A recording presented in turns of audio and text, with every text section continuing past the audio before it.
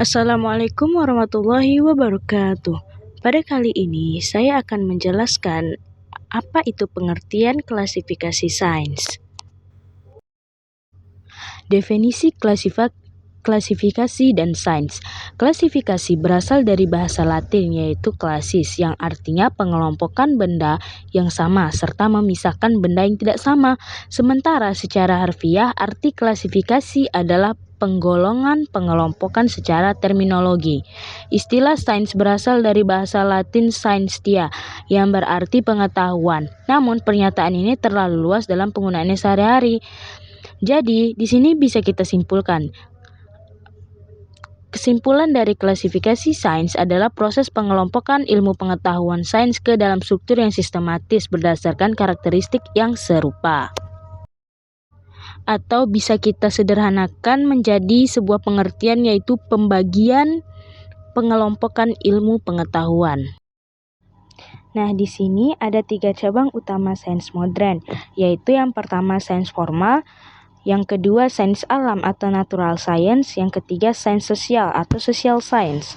Sains formal mempelajari struktur abstrak dan sistem logika, seperti matematika, statistika, AI, teori, dan teori informasi. Sedangkan sains alam atau natural science berfokus pada hukum alam, materi, dan energi, seperti fisika, kimia, biologi. Sedangkan sains sosial atau social science mempelajari masyarakat dan hubungan antar manusia, seperti sosiologi, ekonomi, psikologi, dan sejarah.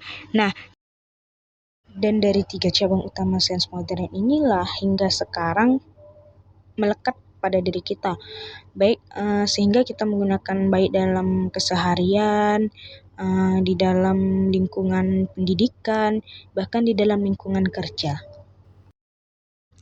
Selanjutnya yaitu ada paradigma sains Islam versus Barat, atau perbandingan sains Islam dan perbandingan sains Barat. Dalam sains Islam berbasis wahyu dan tauhid yang bertujuan untuk menunjukkan tanda-tanda keesaan Allah, seperti contohnya yaitu menganalisis kimia unsur tanah pada penciptaan manusia, atau bagaimana terciptanya manusia dari tanah, kenapa manusia diciptakan dari tanah. Sedangkan sains Barat, dia model yang berkembang sejak abad ke-17 atau Cartesian atau mekanistik, yang berfokus pada eksploitasi alam dan teknologi. Seperti tentang pembuatan AI sekarang, bagaimana cara penggunaan AI, dan lain sebagainya. Selanjutnya ada sains menurut tokoh Islam. Menurut Ibnu Sina dan Al-Farabi, Ibnu Sina menekankan ilmu sebagai sarana memenuhi kebutuhan hidup, transportasi, kesehatan, pendidikan, dan mencapai tujuan hidup.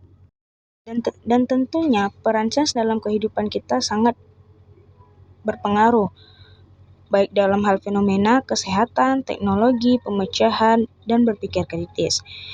Menjelaskan fenomena dalam sains, kita bisa mempelajari memahami hujan, gempa, dan alam semesta. Dan untuk kesehatan, bagaimana cara pengembangan vaksin dan pengobatan medis. Sedangkan di teknologi mempelajari bagaimana caranya kita bisa menciptakan alat komunikasi dan rumah tangga. Dan ada juga untuk pemecah masalah, yaitu sebagai solusi perubahan iklim dan kelangkaan pangan.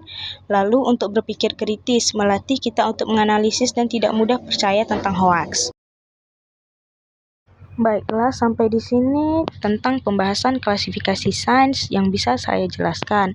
Selanjutnya, untuk bagian terakhir, saya akan membacakan kesimpulan.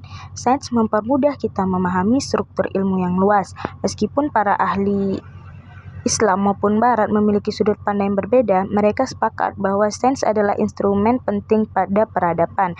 Sains membantu manusia memahami alam sosial dan nilai-nilai ketuhanan. Sekian dari hasil pembahasan saya. Mohon maaf bila ada kesalahan. Saya akhiri. Wassalamualaikum warahmatullahi wabarakatuh.